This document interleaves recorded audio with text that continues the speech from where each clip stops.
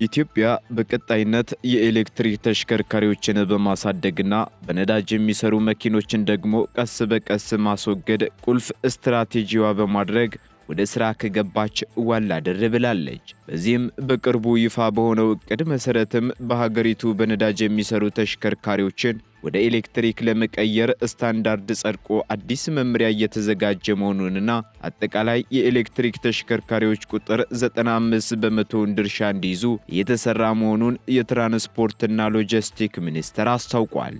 በሌላ በኩል የገንዘብ ሚኒስቴር በበኩሉ በተያዘው በጀት ዓመት ማለትም በ2018 ዓ.ም በነዳጅ ምርቶች ላይ ከፍተኛ ግብር ተግባራዊ እንደሚያደርግ ይፋ አድርጓል።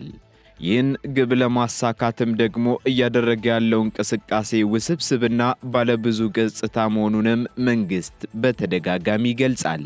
በመሆኑም የኢንዱስትሪውን እድገት ለመደገፍና ተጠቃሚዎችን ለማበረታታትም ከሕግ ማዕቀፍ ማሻሻያዎች እስከ መሰረተ ልማት ዝርጋታ እንዲሁም የፋይናንስ ድጋፍ ስልቶች መዘጋጀታቸውንም በበርካታ መድረኮች ላይ ይፋ ሲደረግ ቆይቷል። ይህ በእንዲህ እንዳለ ታዲያ አሁን ስለ ኤሌክትሪክ ተሽከርካሪዎች እየተሰሙ የመጡት በርካታ ቅሬታዎችና አቤቱታዎች ደግሞ የህብረተሰቡን ትኩረት እየሳቡ መጥተዋል። ለመሆኑ መንግስት በነዳጅ የሚሰሩ ተሽከርካሪዎችን ወደ ኤሌክትሪክ ለመቀየር ስታንዳርድ ጸድቆ አዲስ መመሪያ እየተዘጋጀና በነዳጅ ምርቶች ላይ ደግሞ የ30% ግብር ተግባራዊ እንደሚደረግ እንዲሁም የኤሌክትሪክ መኪኖችን በተመለከተ ይፋ እያደረጋቸው ያሉ መረጃዎችና አሁን መሬት ላይ ያሉት እውነታዎች ምን ይመስላሉ? ውድ የገበያ ሚዲያ የልዩ ጥንቅር ተከታታዮቻችን መንግስት በኢትዮጵያ በመጪዎቹ 10 ዓመታት ወደ ሀገር ውስጥ ከሚገቡ ተሽከርካሪዎች መካከል 95% የሚሆኑት ተሽከርካሪዎች የኤሌክትሪክ መኪኖች እንዲሆኑና ለዚህም ደግሞ ስታንዳርድ ጸድቆ አዲስ መመሪያ እየተዘጋጀ ነው ቢልም ካሁኑ የቅሬታና የአቤቱታ መረጃዎች እየተበራከቱ መጥተዋል።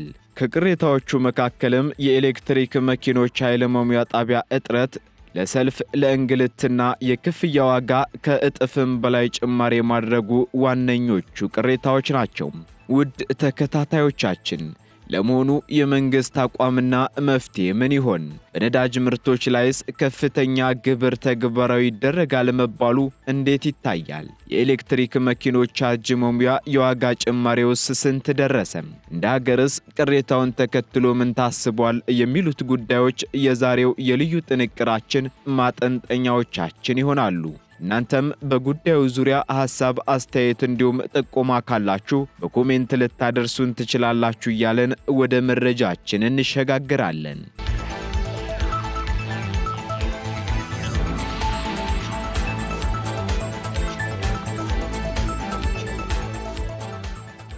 በርካታ ሀገራት በአየር ንብረት ለውጥና በአየር ብክለት ምክንያት የነዳጅ መኪናዎችን በኤሌክትሪክ መኪኖች ለመተካት እየሰሩ ይገኛሉ። እንዲሁም የነዳጅ መኪና ሽያጭም ሙሉ ለሙሉ ለማቆምና የኤሌክትሪክ መኪና አጠቃቀምን ለማበረታታትም የጊዜ ገደብ ያስቀመጡ ሀገራትም እንዲሁ በርካታ ናቸው። በዚህም የኤሌክትሪክ መኪና ሽግግርን ከሚመሩ ሀገራት መካከል ቀዳሚ የሆነችው ኖርዌይ ከ2025 ጀምሮ ሁሉም አዲስ የሚሸጡ መኪኖች ከቅሪተ አካል ነዳጅ ነፃ እንዲሆኑ ግብ ማስቀመጧን አስታውቃለች። በተጨማሪም ቻይና በአውቶሞቢል ምርትና ሽያጭ ትልቅ ድርሻ ያላት ሲሆን በ2035 አዳዲስ የሚሸጡ መኪኖች በሙሉ ከአካባቢ ጥበቃ ጋር የሚስማሙ እንዲሆኑ ማቀዷን ይፋ አድርጋለች። ይህንንም ግብ ለማሳካትም ደግሞ ከፍተኛ የሆነ የግብር ቅነሳና ሌሎች ማበረታቻዎችንም በመስጠት የኤሌክትሪክ መኪናዎችን ገበያ እያሳደገች መምጣቷ ይነገራል። በሁሉም 27ቱ የአውሮፓ ህብረት አባል ሀገራትም በ2035 የነዳጅ መኪና ሽያጭን ለማስወገድ መስማማታቸው ይታወሳል።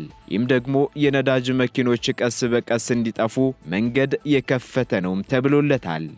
ኢትዮጵያም የኤሌክትሪክ መኪኖችን ለማበረታታት ሰፊ እርምጃ እየወሰደች መሆኑን በትራንስፖርትና ሎጂስቲክ ሚኒስቴር በኩል በተደጋጋሚ ይፋ አድርጋለች። በዚህም ደግሞ ከ2024 ጀምሮ ነዳጅ የሚጠቀሙ መኪኖችን ወደ ሀገር ውስጥ ማስገባትን ለማቆም ማቀዷም ተነግሯል። በሌላ በኩል በመጪዎቹ 10 ዓመታት ወደ ሀገር ውስጥ ከሚገቡ ተሽከርካሪዎች መካከል 95 በመቶ የሚሆኑት ተሽከርካሪዎች የኤሌክትሪክ መኪኖች እንዲሆኑና ለዚህም ደግሞ በነዳጅ የሚሰሩ ተሽከርካሪዎችን ወደ ኤሌክትሪክ ተሽከርካሪዎች ለመቀየር ስታንዳርድ ጸድቆ አዲስ መመሪያ እየተዘጋጀ መሆኑን በትራንስፖርትና ሎጂስቲክ ሚኒስቴር በኩል አስታውቃለች። ነገር ግን የኤሌክትሪክ ተሽከርካሪዎችን የማስፋፋት የመንግስት እቅድና ምኞት የሚመስል ቢሆንም ከጅምሩ ግን በርካታ ተግዳሮቶች እያጋጠሙት ይገኛሉ። በተለይም የቻርጅ መሙያ ጣቢያዎች እጥረትና የቻርጅ ክፍያ መጨመር ለተሽከርካሪ ባለቤቶች ከፍተኛ ራስ ምታት እየሆነ መጥቷል። ይህ በእንዲህ እንዳለ ታዲያ በተያዘው በጀት ዓመት በነዳጅ ምርቶች ላይ የ30 በመቶ ግብር ተግባራዊ እንደሚደረግም የገንዘብ ሚኒስቴር ማስታወቁ ደግሞ ሌላ ትኩረትን የሳበ ጉዳይ ሆኗል። ይህ አዲሱ የነዳጅ ግብር 15 በመቶ የተጨማሪ እሴት ታክስ ሲሆን 15 በመቶውን ደግሞ የኤክሳይዝ ቀረጥን የሚያካትት ነው ተብሏል። ይህም በሀገሪቱ የፋይናንስ ፖሊሲ ላይ ከፍተኛ ለውጥ እንደሚያመጣና የሀገር በቀል ኢኮኖሚ ማሻሻያ አጀንዳ አንዱ አካል መሆኑም ተመላክቷል። በዚህ መሰረትም ከነዳጅ ላይ የሚጣለው አጠቃላይ 30 በመቶ የኤክሳይዝ ታክስና የተጨማሪ እሴት ታክስ በተጨማሪ የንብረት ታክስ ይገኝበታል ነው የተባለው። በተመሳሳይ አማራጭ አነስተኛ ታክስና የቅድመ ግብር ክፍያም በ2018 በጀት ዓመት ተግባራዊ ለማድረግ መታቀዱም ተገልጿል። ታዲያ በአሁኑ ጊዜ በመንግስት በኩል የኤሌክትሪክ ተሽከርካሪዎችን በስፋት ለማስተዋወቅ እያደረገ ያለው ጥረት የሀገሪቱን የነዳጅ ጥገኝነት ለመቀነስ፣ የአካባቢ ብክለትን ለመቀነስና ለአየር ንብረት ለውጥ መፍትሄ ለመስጠት ወሳኝ እርምጃ መሆኑ ደግሞ በሌላ በኩል ይነገራል። ይሁን እንጂ ይህ ለውጥ ደግሞ ከበርካታ ተግዳሮቶች ጋር አብሮ የመጣ ጉዳይም ሆኗል። ከነዚህ ውስጥም ዋነኞቹ የቻርጅ ማድረጊያ ጣቢያዎች አለመሟላትና የኤሌክትሪክ ኃይል ክፍያ ዋጋ መጨመር ናቸው።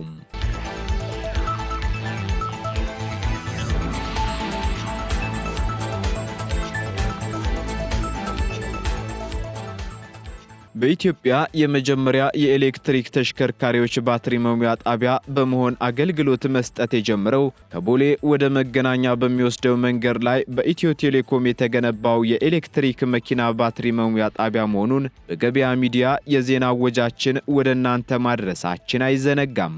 ይህ ጣቢያ ታዲያ አገልግሎት የጀመረው በአንድ ጊዜ 16 ተሽከርካሪዎችን የማስተናገድ አቅም ይዞ ሲሆን አገልግሎት በጀመረባቸው የመጀመሪያዎቹ ወራቶች ደንበኞች ብዙም ወረፋ ሳይዙ እንደመጡ አገልግሎት ያገኙ ነበር።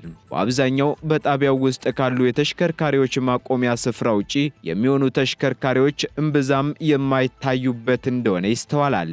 ይሁን እንጂ ከቅርብ ጊዜ ወዲህ ግን በዚያ ጣቢያ ለመስተናገድ ረጅም ወረፋ መጠበቅ ግድ እያለ መጥቷል። በኤሌክትሪክ መኪና ባትሪ መሙያ ጣቢያው የተሽከርካሪ መቆሚያ ክልል ውስጥ ቆይተው አገልግሎቱን አግኝተው ይሄዱ የነበሩ ተሽከርካሪዎች አሁን በዋናው ጎዳና ላይ ወረፋ ይዘው ተደርድረው መታየትም ጀምረዋል። ኢትዮ ቴሌኮም ከዚህ የመጀመሪያው የኤሌክትሪክ ኃይል መሙያ ጣቢያ በተጨማሪ ሁለተኛውንም ጣቢያ የከፈተ ቢሆንም ግን በዚያ ጣቢያ የኤሌክትሪክ ተሽከርካሪዎች እንደ ቀድሞ በቶሎ ቻርጅ አድርገው ለመሄድ ለእንግልት እየተዳረጉ መሆኑን የገለጹና ቅሬታ እያቀረቡ እንደሆነም ሪፖርተር ጋዜጣ አስነብቧል። ከኢትዮ ቴሌኮም የተገኘው መረጃ እንደሚያመለክተው ግን እነዚህ ሁለት የኤሌክትሪክ ተሽከርካሪ ባትሪ መሙያ ጣቢያዎች በአንድ ጊዜ 32 ተሽከርካሪዎች ማስተናገድ ይችላሉ የሚል ነው። እያንዳንዱ ቻርጅ ማድረጊያም ቢሆን ደግሞ በአማካኝ በየ40 ደቂቃው ሙሉ ቻርጅ ማድረግ እንደሚችሉ በወቅቱ ገልጾ ነበር። ነገር ግን በአሁኑ ወቅት በሁለቱ ጣቢያዎች በየቀኑ ከ400 እስከ 600 ተሽከርካሪዎች የሚስተናገዱ በመሆኑ የተጠቃሚዎች ቁጥር መበራከትም አልፎ አልፎ ለረጃጅም ሰልፎች እየተዳረጉ መሆኑን ያመላክታል። በዚህም ሳቢያ ታዲያ የኤሌክትሪክ መኪና አሽከርካሪዎች ከጥቂት ወራት ወዲህ እንደ ቀድሞ በፍጥነት ቻርጅ አድርገው መሄድ እየተቸገሩ ስለመሆኑ እየተናገሩ ይገኛሉ። በተጨማሪም የኤሌክትሪክ ተሽከርካሪዎች ቁጥር እየጨመረ በመምጣቱ ሳቢያ ወደ ኢትዮ ቴሌኮም ኃይል መሙያ ጣቢያዎች የሚመጡ አሽከርካሪዎች እየተበራከቱ መምጣታቸውም ተገልጿል። በአዲስ አበባ ከተማ ከሁለቱ የኢትዮ ቴሌኮም ጣቢያዎች ሌላ ሌሎች የኤሌክትሪክ ኃይል መሙያ ጣቢያዎች ቢኖሩም ግን የኢትዮ ቴሌኮምን ያህል ፍጥነት የሌላቸው በመሆኑ ደግሞ በሁለቱ የኢትዮ ቴሌኮም ጣቢያዎች ውስጥ ረጃጅም ሰልፎች እየታዩ መምጣታቸው ተገልጿል። እንደ ተጠቃሚዎቹ ገለጻ ከሆነ ደግሞ አሁን ላይ ያለው ችግር በቂ የባትሪ ጣቢያዎች አለመኖር ብቻ አይደለም ባይ ናቸው። 1 ዓመት ባልሞላ ውስጥ ጊዜ ቻርጅ ማድረጊያ ዋጋውንም ከእጥፍ በላይ እየጨመረ መጥቷል ማለታቸውንም ዘገባው አክሏል።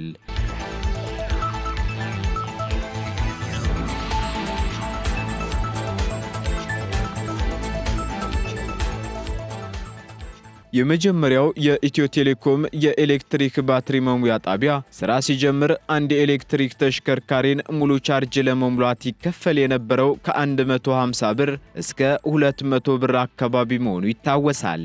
ቀስ በቀስ ረዘም ላሉ ወራት ግን አንድ መኪና ሙሉ ቻርጅ ለማድረግ እስከ 400 ብር ሲከፍሉ እንደነበር አሽከርካሪዎች ተናግረዋል።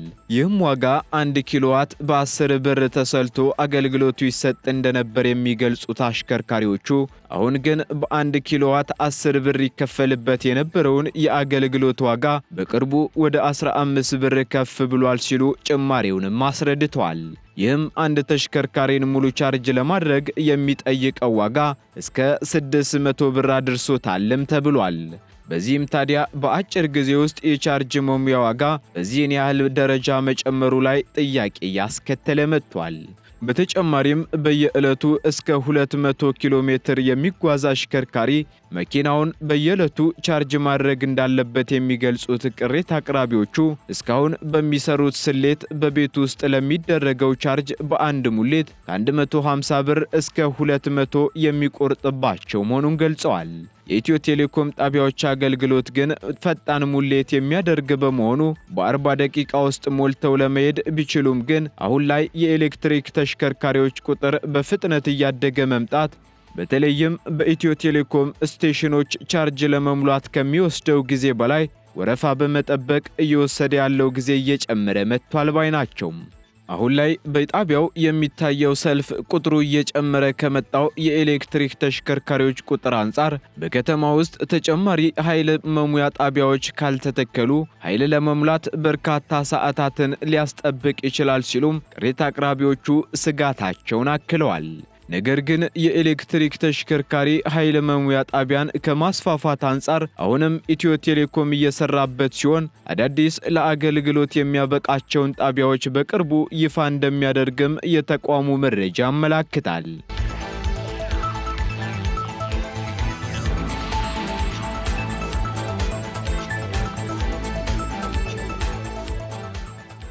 የነዳጅና ኢነርጂ ባለስልጣን በበኩሉ የቻርጅ ሙሌት ስርዓትን ለመወሰን የወጣው መመሪያ በህዝብ የኤሌክትሪክ ኃይል መሙያ ጣቢያዎች ኤሌክትሪክ ተሽከርካሪን ኃይል ለመሙላት የኃይል መሙያው ታሪፍ ወይንም ዋጋ በገበያው መሰረት ያደረገ ይሆናል ማለቱ ግን አይዘነጋም። ይህም የኤሌክትሪክ ተሽከርካሪ ቻርጅ ለመሙላት ፍቃድ የወሰዱ ድርጅቶች ለአገልግሎቶቻቸው የሚያስቀምጡበትን ታሪፍ ራሳቸው እንዲወስኑ የሚያደርግ መሆኑም ተገልጿል።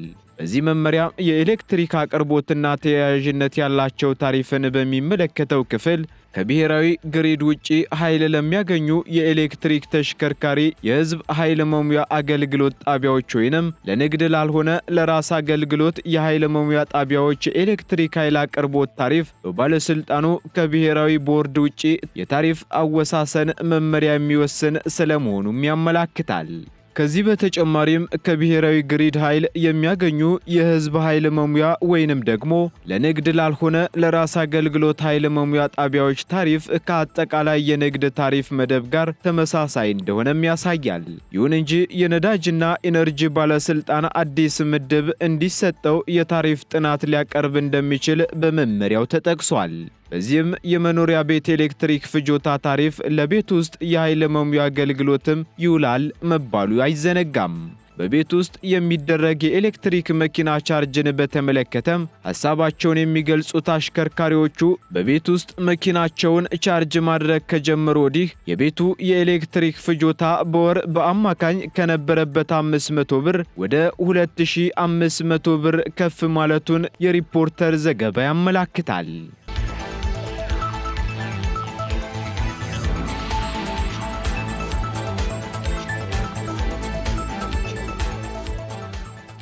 በመሆኑም የኢትዮጵያ መንግስት የኤሌክትሪክ ተሽከርካሪዎችን ወደ 95 በመቶ የማሳደግ ራዕይ ይዞ እየሰራ ቢሆንም ራዕዩን እውን ለማድረግ ግን ከፍተኛ መዋለ ንዋይ የሚያስፈልገው የመሰረተ ልማት ዝርጋታ፣ የቴክኒክ ክህሎት እጥረትና የገንዘብ ተደራሽነትን የመሳሰሉ ፈተናዎችን መጋፈጥ ይኖርበታል የሚሉትም በርካቶች ናቸው። በተጨማሪም የመንግስት እቅድ ተግባራዊ እንዲሆን የግሉ ሴክተርን ማበረታታት፣ የፋይናንስ ድጋፎችን ማቅረብና የቴክኒክ ግንባታ ላይ መስራት እንደሚያስፈልግም ተነግሯል። በሌላ በኩል የቻርጅ ጣቢያዎችን ስልታዊ በሆነ መንገድ መገንባት፣ የዋጋ ቁጥጥርን ማድረግና የውድድር ሁኔታ መፍጠር ቅድሚያ ሊሰጣቸው እንደሚገባ ደግሞ የዘርፉ ባለሙያዎች ሐሳባቸውን እየሰነዘሩ ይገኛሉ። ከዚህ በተጨማሪም የኃይል ማከፋፈያና ማስተላለፊያ መሰረተ ልማቶችን ማዘመን፣ ከኤሌክትሪክ ተሽከርካሪዎች ፍላጎት ጋር እንዲመጣጠን ማድረግና የፖሊሲ አውጪዎችና ባለድርሻ አካላት የአሁኑን ተግዳሮቶች በብቃትና በፈጠራ መንገድ መፍታት ይኖርባቸዋል የሚል የመፍትሄ አቅጣጫም ተቀምጧል። ውድ የገበያ ሚዲያ ተከታታዮቻችን መንግስት በሀገሪቱ በመጪዎቹ 10 ዓመታት ወደ ሀገር ውስጥ ከሚገቡ ተሽከርካሪዎች መካከል 95 በመቶ የሚሆኑትን የኤሌክትሪክ ለማድረግ እየሰራ መሆኑንና ለዚህም ደግሞ በነዳጅ የሚሰሩ ተሽከርካሪዎችን ወደ ኤሌክትሪክ ለመቀየር ስታንዳርድ ጸድቆ አዲስ መመሪያ እየተዘጋጀ ነው እያለ ቢሆንም የኤሌክትሪክ መኪና የቻርጅ ማድረጊያ ጣቢያዎች እጥረትና የቻርጅ ክፍያ ጭማሪን ተከትሎ እየተነሱ ያሉትን ቅሬታዎች በተመለከተ ወደ እናንተ የተለያዩ መረጃዎችን ስናደርስ ቆይተናል። በተጨማሪም የገንዘብ ሚኒስቴር በተያዘው በጀት ዓመት በነዳጅ ምርቶች ላይ የ30 በመቶ ግብር ተግባራዊ እንደሚያደርግ ማስታወቁም በተሽከርካሪ ባለቤቶችና በህብረተሰቡ ዘንድ የሚያሳድረውን ተጽዕኖ በተመለከተ ወደ እናንተ በማድረስ የዛሬውን የልዩ ጥንቅር በዚሁ እንቋጫለን። በሌላ ርዕስ እስከምንገናኝ ሰላሙን ሁሉ ተመኘን።